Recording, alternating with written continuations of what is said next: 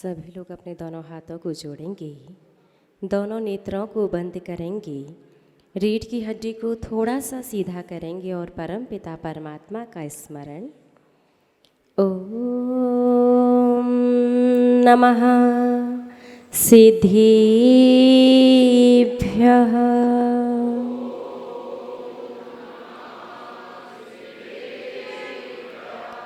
ओम नमः सिद्धेभ्यः।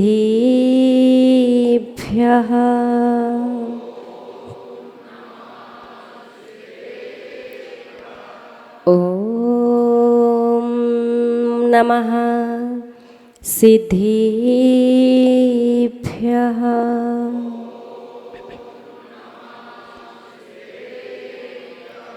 तुभ्यं नमस्ते भुविनार्तिहराय, तुभ्यं नमः क्षितितलामलभूषणाय, तुभ्यं नमस्ते जगतः परमेश्वराय, तुभ्यं नमो जिने भवोदधि शोषणाय, तुभ्यं नमो जिने भवोदधि शोषणाय। जय बोलिए त्रैकालवर्ती त्रैलोक्य पूज्य विश्वाराध्य पंच परमेष्ठी भगवान की। आदि ब्रह्मा आदिम तीर्थंकर वृषभ देव श्री आदिनाथ भगवान की। अष्टम तीर्थंकर श्री चंदा प्रभु भगवान की। श्री अरिष्ट नेमिनाथ भगवान की। विश्व वंदनीय भगवान महावीर स्वामी की। परम गुरु परम पिता परमात्मा 1008 श्री सीमंदर स्वामी भगवान की। 20वीं सदी के प्रथमाचार्य चारित्र चक्रवर्ती आचार्य भगवंत श्री शांति सागर जी मुनि महाराज की। अभीष्ण ज्ञानोपयोगी पूज्य गुरुदेव आचार्य श्री वसुनंदी जी मुनि महाराज की। रत्नत्रयधारी तपोधन श्रेष्ठ मम शिक्षा गुरु परम श्रद्धेय गणनीयारिका श्री सौम्यनंदिनी माता जी की। अहिंसा प्रधान श्रीमद जैन धर्म की। 16 कारण पर्व की। परम पूज्य 105 आरिका सुयोग्य नंदिनी माता जी की। आरिका संघ की। धर्म स्नेही आप सभी भव्य महानुभाव, एक बात जो आपने अपने जीवन में कई बार सुनी होगी और शायद हो सकता है कि उस बात को आप बोलते भी हों। कौन सी बात? कि जब यदि कोई धार्मिक कार्य करने की आपके पास पात्रता ना हो तो क्या करो? अनुमोदना कर लो। या आप कोई धार्मिक कार्य नहीं कर पा रहे हैं तो क्या करो? अनुमोदना। अनुमोदना करने से क्या होता है? 1/6 100% का 6वां हिस्सा निकालो, उतना पुण्य बनता है। यदि अपन इसे थोड़ा सा इजी करके कहें तो कह सकते हैं लगभग 16% पुण्य किस कार्य का? जिस कार्य की आप अनुमोदना कर रहे हैं उसका 16% पुण्य अनुमोदना करने से मिलेगा। अब हमारा प्रश्न आपसे ये है कि ये 16% आएगा कहाँ से? किसके खाते में से आपके पास आएगा? जो कार्य कर रहे हैं उनके में से आएगा क्या? तो किसके में से आएगा? बताइए। अभी स्वयं के पास तो कुछ नहीं है। कहते हैं ना सामूहिक पूजन हो रही है, व्यवस्थापकों ने मिलकर के सामूहिक पूजन की व्यवस्था बनाई है तो सभी के हिस्से का क्या कहते हैं? 16% व्यवस्थापकों के खाते में जाएगा। सभी के हिस्से का 16-16%। तो इसका तात्पर्य तो ये हुआ कि सामने वाले के खाते में फिर 84% रह जाएगा। तो क्या हुआ इसका मतलब?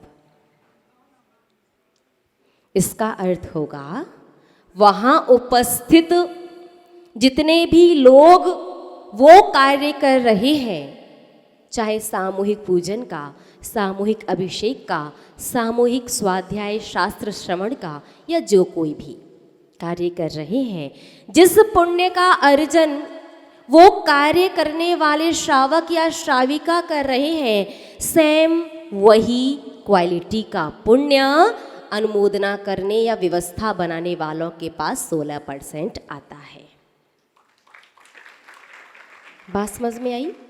सामने वाले के में से कम नहीं होता, सबके पास अपना अपना 100% होता है। लेकिन जो आप 100% बांध रहे हो, अनुमोदना करने वाले या व्यवस्था बनाने वाले, उसी क्वालिटी का पुण्य 16%। अब इसमें प्लस और माइनस दोनों पॉइंट हैं। यदि व्यवस्थापक लापरवाही करते हैं, हाँ ठीक तो है इतने लोगों की व्यवस्था बनाने, तो जैसी बन गई तो बहुत है।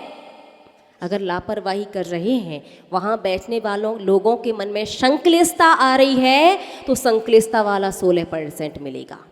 और यदि व्यवस्थापकों ने व्यवस्था व्यवस्थित बनाई थी, वो तो बाद में उसमें सम्मिलित होने वाले लोगों ने अपनी अपनी अनुकूलता अनुसार परिवर्तन कर लिया, उसके बाद किसी को संक्लिष्टता बन रही है, तो उस पाप में व्यवस्थापक का कोई कॉन्ट्रीब्यूशन नहीं है, कोई भागीदारी नहीं, कोई हिस्सा नहीं। बात समझ में आई ना? अनुमोदना का तात्पर्य 16% वही वाला पुण्य कहाँ से आएगा? जहाँ से आता है वर्गणाओं रूप में, कर्म रूप में जो पुण्य आता है वो हमारे पास भी आएगा, सामने वाले के पास भी जाएगा, सामने वाले के खाते में से नहीं आएगा। आपको बात समझ में आई कि नहीं आई? बस इतना बता दो। आई ना? तो चलो फिर चलते हैं आगे। आप जो भक्तांबर स्तोत्र समझ रहे हैं, निश्चित रूप से हो सकता है कि बहुत लंबे समय से आप जो करते आ रहे हैं, अब आपको थोड़ी सी परेशानी, थोड़ी सी दिक्कत तो होगी ना, एक आदत बन जाती है, एक फ्लो में पढ़ते जा रहे हैं, पता नहीं क्या पढ़ दिया क्या कर दिया। भगवान जी आपकी स्तुति, आप देख लो सही गलत, हमने तो कर ली, पढ़ लिया हमें जो पढ़ना था, बाकी काम आप अपने आप देख लेना। देखिएगा भगवान राग द्वेष से रहित सिद्धत्व पद को प्राप्त कर चुके हैं। आपकी स्तुति करने या नहीं करने से उन्हें कोई फर्क नहीं पड़ता, लेकिन उनकी स्तुति करने से आपको बहुत फर्क पड़ेगा। तो आपको क्या करना है? बस सही पढ़ना है। बहुत से लोग कहते हैं कि हमें संस्कृत नहीं आती तो हिंदी पढ़ लेंगे, तो हमने पहले भी बताया है, संस्कृत एक बार, हिंदी 100 बार। फिर श्रावक कहता है जैसे अंजन चोर का आड़म ताड़म से काम चल गया था, वैसे ही हमें शुद्ध संस्कृत नहीं आती, हम तो जैसा पढ़ पाएंगे वैसी संस्कृत पढ़ लेंगे, और क्या कहेंगे बाद में? आड़म ताड़म। अरे भैया, अंजन चोर के पास ड़मोकार मंत्र याद करने का समय नहीं था, जीवन और मृत्यु की परिस्थिति सामने उपस्थित थी। कुछ सेकंड में या तो इस पार या उस पार होना था। तो जीवन और मृत्यु वाली परिस्थिति में आपका आड़म ताड़म चल जाएगा, लेकिन यदि आपके पास समय है, आपकी अनुकूलता है, तो आपको शुद्ध सीखना ही होगा। आड़म ताड़म से आपका काम नहीं चलेगा। तो कल आप सभी लोगों ने समझा था कि यदि पूरा भक्तांबर नहीं पढ़ सकते, लेकिन फिर भी वर्तमान कालीन परिस्थितियों को मेजर से माइनर करना है, तो कम से कम 8 काव्यों को प्रतिदिन पढ़ना है। और वो 8 काव्य पहला, दूसरा, छठवां, 26वां, 45वां, 46वां, 47वां, 48वां। प्रश्न था यही 8 काव्य क्यों? कौन आंसर लेकर के आया है? एक श्राविका बताइए।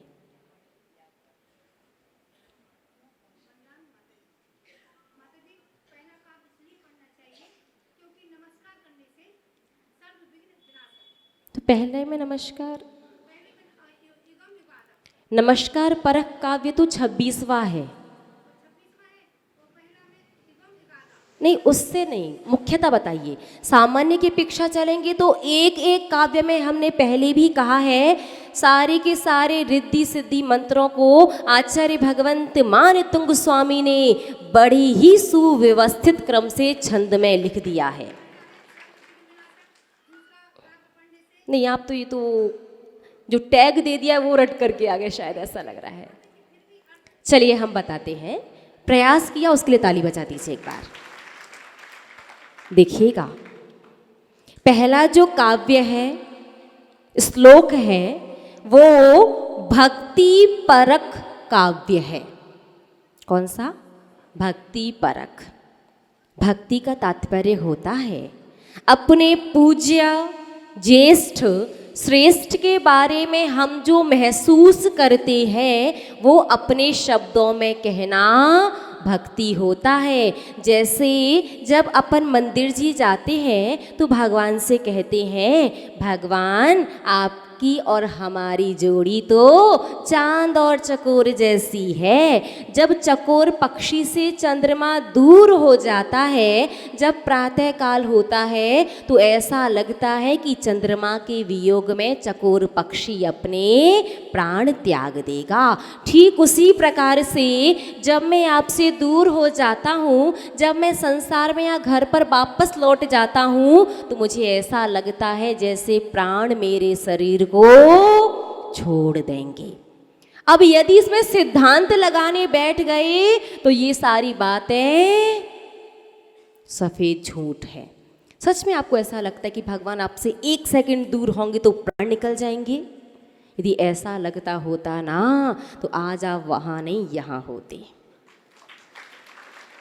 संसार में हो, गृहस्थी में हो, व्यापार कर रहे हो तो भगवान को बहुत मानते हो, लेकिन सब कुछ नहीं मानते, कहीं ना कहीं कुछ तो कमी है।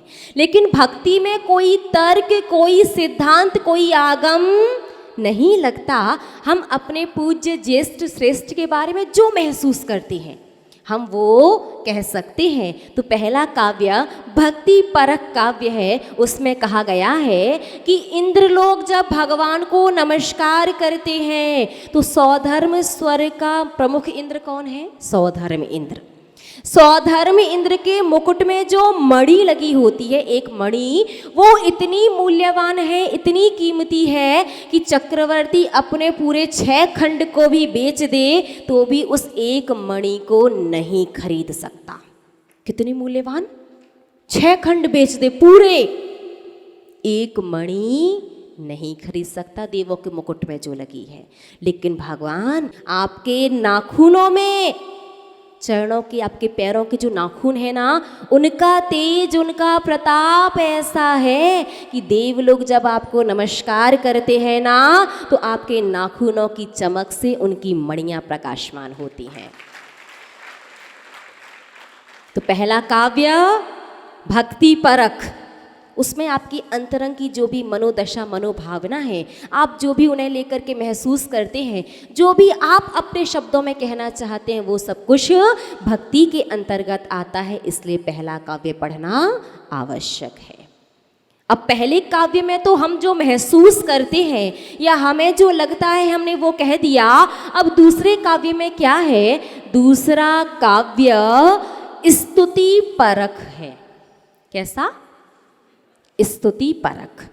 स्तुति का तात्पर्य होता है जिनका भी हम ये गुणानुवाद कर रहे हैं उनके अंदर जो भी वास्तविकता में विद्यमान है उसी को कहना स्तुति है। जैसे हे त्रिलोकीनाथ, आपने 4 घातिया कर्म को नष्ट करके 4 अनंत चतुष्टय को प्राप्त कर लिया है। आपके अष्ट प्रातिहार्य और सम्मोषण जैसी विभूति आपके पास होती है। आप यद्यपि कमलासन से भी 4 अंगुल ऊपर अधर में आकाश में विराजमान हो, आप बहिरंग लक्ष्मी का स्पर्श भी नहीं करते, लेकिन फिर भी संसारी प्राणी जब आँखों से देखता है ना कि कहाँ मैं धन के पीछे भागा जा रहा हूँ, और त्रिलोकीनाथ को देखो जिनके पास अनंत चतुष्टय रूपी अंतरंग लक्ष्मी तो है ही, लेकिन सम्मवशरण रूपी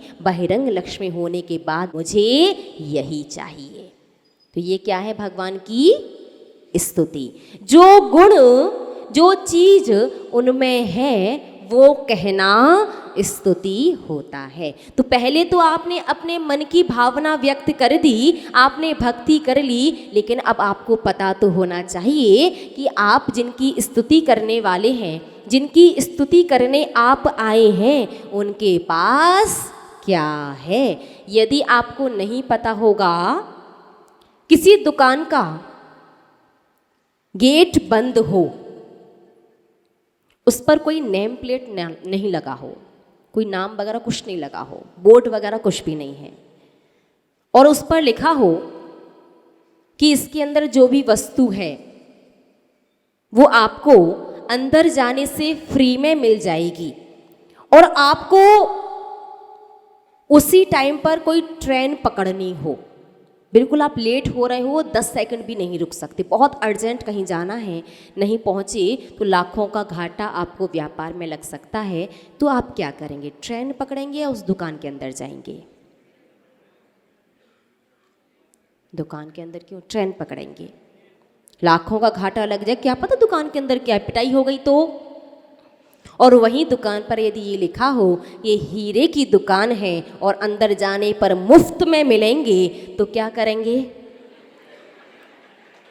ट्रेन पकड़ेंगे क्या? ट्रेन खरीद लेंगे। बात समझ में आई? तो यदि हमें पता हो कि जिनकी स्तुति आराधना अर्चना, जिनकी भक्ति करने के लिए हम आए हैं, वहाँ जाने से क्या मिलता है, क्या हमारे जीवन में परिवर्तन आता है, तो हमारे मन में उत्साह श्रद्धान कई गुना बढ़ जाता है। इसलिए भक्ति तो की, लेकिन साथ में स्तुति करना भी आवश्यक हो जाता है। तो पहला काव्य भक्ति परक है इसलिए करना है, दूसरा काव्य स्तुति परक है इसलिए पढ़ना है। अब भक्ति और स्तुति हो गई, फिर छठवा क्यों पढ़ना है? क्योंकि छठवा काव्य बुद्धि और विद्या परक है, अर्थात छठवा काव्य पढ़ कर के अपन सभी भावना भाते हैं कि हे त्रिलोकीनाथ, देखिए हम संसार में रहते हैं, आपसे कुछ नहीं मांग रहे, आपसे कुछ नहीं कह रहे, बस ये छठवा काव्य पढ़ कर के हम चाहते हैं कि मेरी बुद्धि अंत तक, जब तक मेरा अंत समय आए तब तक इतनी निर्मल रहे कि मैं संसार में कुछ भी करूं, कुछ भी भूलूं, कुछ भी याद रहे, लेकिन मैं आपको कभी भी ना भूलूं। संसार मेरा कैसा भी रहे, वो तो वैसा रहेगा जैसे मैं कर्म करके आया हूँ।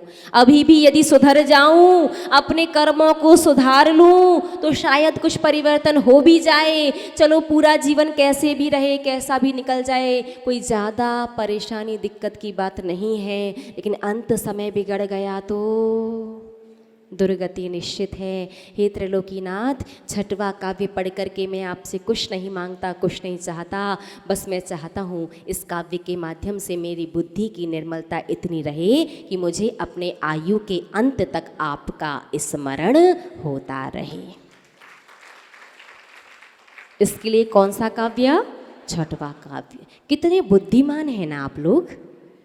कह रहे भगवान कुछ नहीं चाहिए, कुछ नहीं मांग रहा, संसार जैसा चल रहा है चलने दो, मैं तो छठवा काव्य इसलिए पढ़ रहा हूँ ताकि अंत तक आपको ना भूलूं। बड़ा समझदार है संसारी प्राणी, इसके माध्यम से उसने कह दिया बाकी जीवन भर बुद्धि अच्छी रहेगी तभी तो लास्ट तक आपको याद रख पाऊंगा ना। तो यानी जब तक जीऊं बुद्धिमान बन करके जियो। याददाश्त अच्छी रहे तो जिनकी भी याददाश्त बहुत कमज़ोर है, जो जल्दी पढ़ते हैं और उससे ज़्यादा जल्दी भूल जाते हैं, या जिन्हें हेय उपादेय का समीचीन ज्ञान नहीं हो पा रहा है, या जो शास्त्र स्वाध्याय और प्रमाण देखने के बाद भी विवादों और विसंवादों में उलझ जाते हैं, उन्हें अपनी बुद्धि को निर्मल बनाने के लिए छठवां काव्य अवश्य पढ़ना चाहिए। भगवान से कहना कुछ नहीं है, बस ध्यान रखना। क्या ध्यान रखना है? भगवान से कुछ नहीं कहना, कुछ नहीं मांगना, आप तो बस सामने पहुंच करके पढ़ना प्रारंभ कर देना, बाकी सारे काम आपके अपने आप हो जाएंगे। तो पहला काव्य भक्ति परक, दूसरा स्तुति परक, छठवा बुद्धि और विद्या परक। अब 26वां काव्य क्यों पढ़ना है? 26वां काव्य नमस्कार परक है। नमस्कार हम किसे करते हैं? नमस्कार हम उसे करते हैं, हम उसके सामने झुकते हैं जहाँ से हमें उम्मीद होती है कि यहाँ से कुछ ना कुछ हमें ऐसा मिलेगा जो हमारे जीवन में हमेशा काम आएगा। खैर आजकल तो बात अलग है कि लोग स्वार्थ के लिए भी झुक जाते हैं, लेकिन झुके भी कब? जब वहाँ से स्वार्थ सिद्ध होने की संभावना है। यदि नहीं होती तो नहीं झुकते, कुछ ना कुछ तो मिलेगा। तो 26वां काव्य पढ़कर के भावना व्यक्त की जाती है, हे त्रिलोकी भूषण, हे त्रिलोकी नाथ, आप तो तर गए लेकिन हम तो तीर बन करके चुभ रहे हैं दुनिया में। चुभ रहे कि नहीं चुभ रहे? किसका किसी का कितना भी अच्छा कर लो, प्रशंसा तो मृत्यु के बाद ही मिलती है। आचार्य भगवंत वर्तमान के ही एक प्रसन्न सागर जी मुनि महाराज, अंतर्मनः प्रसन्न सागर जी नाम सुना होगा आपने। उनकी एक प्रवचन थे बहुत अच्छे। उस प्रवचन में 2-3 पंक्तियां बहुत अच्छी लगी थी हमें, वो पंक्ति आपको बताते हैं। उन्हें बहुत अच्छी बात कही थी। उन्होंने अपने प्रवचन में कहा था कि पूरी दुनिया में 3 लोग ही अच्छे हैं। पूरी दुनिया में बस 3 लोग अच्छे हैं, उसके अलावा कोई अच्छा नहीं है। पहले वो लोग अच्छे हैं जो दुनिया में अभी आए नहीं हैं, गर्भ के अंदर हैं, जो पैदा नहीं हुए है ना। बच्चा बहुत होनहार होगा, पुण्यात्मा होगा, बहुत अच्छा भव्य जीव है, जैन कुल में आ रहा है, जब तक पैदा न हो, गर्भ में है। जो जन्मा नहीं है वो अच्छा है। दूसरे वो लोग अच्छे हैं जिनसे कभी हम मिले नहीं हैं। और तीसरे वो लोग अच्छे हैं जो संसार से चले गए हैं।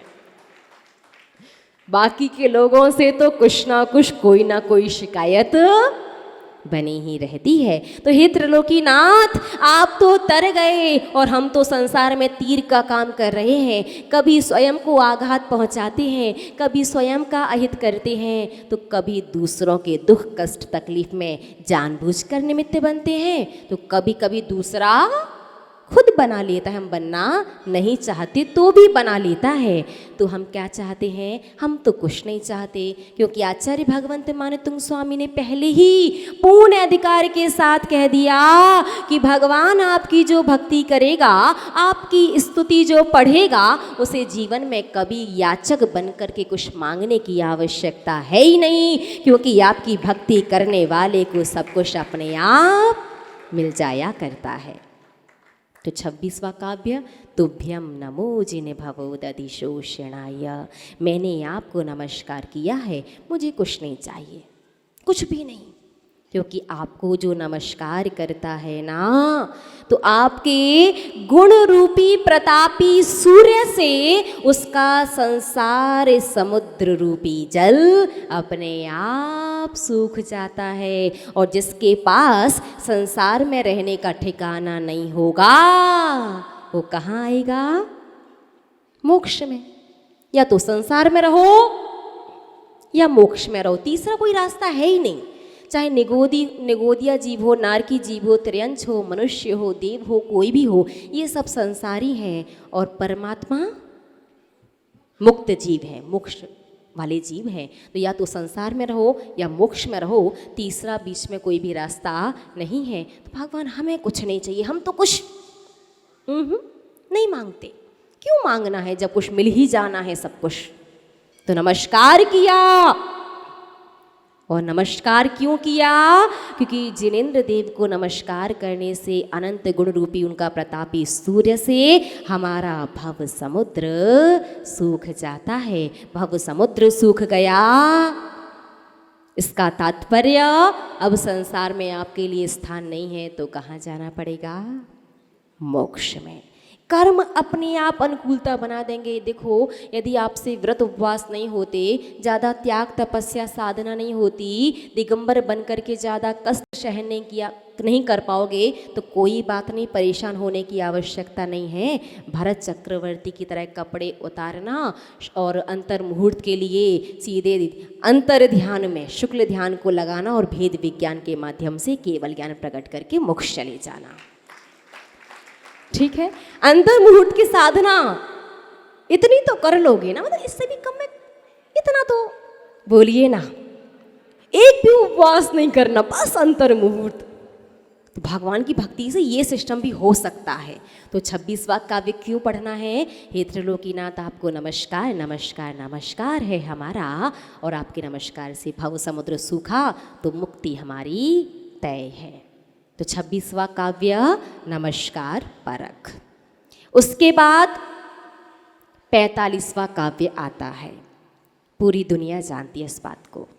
45वां काव्य असाध्य रोग बीमारी को ठीक करने के लिए है। असाध्य रोग बीमारी, ऐसी बीमारियां जिनका इलाज पूरी दुनिया में साइंस में कहीं भी संभव ना हो, वो बीमारियां भी 45वें काव्य से क्या हो सकता है? ठीक हो सकती हैं। कैसे ठीक होंगी? पूर्ण विधि से, सही तरीके से, पूर्ण शुद्धि के साथ पढ़ोगे तो यदि कर्म यदि हल्का वाला हुआ तो बीमारी पूरी ठीक, और भारी वाला कर्म हुआ तो आपकी बीमारी पर वहीं फुल स्टॉप लग जाएगा। आगे बीमारी बढ़ेगी नहीं, बीमारी भले ही बनी रहे लेकिन तकलीफ धीरे धीरे कम हो जाएगी। तकलीफ कम हो जाएगी तो बनी रहे बीमारी, क्या फ़र्क पड़ता है? जितना आयु कर्म आपका रहेगा उतना ही जी करके संसार से जाओगे। लेकिन आपने कभी ध्यान दिया हो कि प्रत्येक या अधिकांश भक्तांबर की पुस्तकों में उन काव्यों का मतलब कि विशेष रूप से कौन सा काव्य किस कार्य के लिए है, उनका मंत्र, सामान्य मंत्र, अर्घ वाला मंत्र, रिद्धि मंत्र, सब कुछ लिखा हुआ मिल जाता है। और जैसा कि सागर नगरी यथा नाम तथा गुण, जैसे सागर में रत्न हुआ करते हैं, वैसे सागर में बहुत रत्न है। घर घर में से साधु और त्यागी व्रती, और मोहल्ले मोहल्ले में पंडित विद्वान। समझने वाले समझ तो रहे हैं, द्विअर्थी है ये भी। तो किसी से कहने की देर है बस। आप इस सभा में बोल दो मेरा सिर दर्द हो रहा है, 50 डॉक्टर वो खुद का ठीक नहीं कर पा रहे। कोई कहेगा विक्स लगा लो, कोई कहेगा बाम लगा लो, कोई कहेगा काढ़ा पी लो, कोई कहेगा घर जाके सो जाओ, कोई कहेगा कि ये कर लो। 50 डॉक्टर मिल जाएंगे। फिर होता क्या है? जो फ्री की सलाह देने वाले होते ना, व्यक्ति क्या करता है? किसी की नहीं मानता। हाँ हाँ ठीक है देख लेंगे। फिर वो डॉक्टर के पास जाता है, उससे कहता है कि अब आप बताओ मुझे क्या करना चाहिए। पैसे देता है। फिर डॉक्टर कहता है कि विक्स लगा के सो जाओ। फिर क्या करते? मानोगे कि नहीं मानोगे? यहाँ इतने सारे लोगों ने कहा तो नहीं माना, डॉक्टर ने वही कहा तो मान लिया। क्यों? क्योंकि भैया वहाँ पैसे दिए थे और मांगी थी तब सलाह दी थी, इसीलिए हम आपसे कहना चाहते हैं कि आप भी चाहते हैं कि आपकी वैल्यू बनी रहे तो कभी बिना मांगे सलाह नहीं देना। बिना मांगे दोगे तो आपकी वैल्यू घटेगी। बहुत से लोग कहते हम तो अहंकार नहीं करते हैं, हम तो चाहते हैं कि हमें आता है तो सबका भला हो जाए, इसलिए हम उन्हें बता देते हैं। अरे भैया किसने आपको कहा, किसने जिम्मेदारी सौंपी सबका भला करने की? पहली बात तो आप चाह कर के भी नहीं कर सकते सबका भला।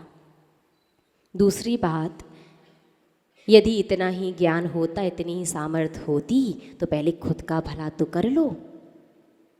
क्योंकि जब गौतम गणधर ने भगवान महावीर से पूछा था आदिदम का दव्वम, भगवान पहले स्वयं का हित करना चाहिए कि पर का हित, तो भगवान महावीर स्वामी ने कहा था पहले स्वयं का हित करो और उसके बाद यदि शक्ति और सामर्थ्य है तो पर का हित करना। नहीं तो जो व्यक्ति स्वयं का हित नहीं कर सकता वो पर का हित नहीं कर पाएगा। अब होता क्या है, सब लोगों ने भक्तामर पुस्तक पढ़ ली, इस काव्य को पढ़ो और आपका ये काम हो गया। आप कर भी देते हो शुरू, दीपक जला करके, विधान के रूप में, अभिषेक शांति धारा के रूप में, पाठ के रूप में, और बहुत सारे लोग तो एक एक काव्य की माला तक लगा लेते हैं पूरी। लेकिन उतना फायदा मिलता है क्या जितना आचार्य भगवंतों ने कहा है? नहीं मिलता। देखो थोड़ा बहुत तो मिलेगा। क्यों मिलेगा? क्योंकि हमारी पूज्य बड़ी माता जी अक्सर कहा करती हैं कि जैन धर्म जो है वो लड्डू है, लड्डू। और लड्डू ऊपर से, नीचे से, दाएं से, बाएं से, बीच से, कहीं से भी खाओ मीठा ही लगेगा। लेकिन लड्डू बनाने में जो सामग्री का उपयोग किया गया है, यदि उनका अनुपात सही ना हो, घी, आटा और बूरा, व्यवस्थित अनुपात समझते ना कि कौन सी चीज़ कितनी डालनी है, अनुपात सही ना हो तो लड्डू बिगड़ जाएगा। तो ठीक उसी प्रकार से कोई भी विशेष काव्य, मंत्र, रिद्धि मंत्र वगैरह यदि आपको पढ़ने हैं, उनकी आराधना करनी है, उनका फल चाहिए, तो आपको गुरु आज्ञा अनिवार्य है। किन्हीं भी साधु ने यदि आपको अनुमति दी है, आज्ञा दी है, आशीर्वाद दिया है, तो ही आपको विशेष मंत्र, काव्य वगैरह फलदायी होंगे पूर्ण रूप से, अन्यथा नहीं होंगे।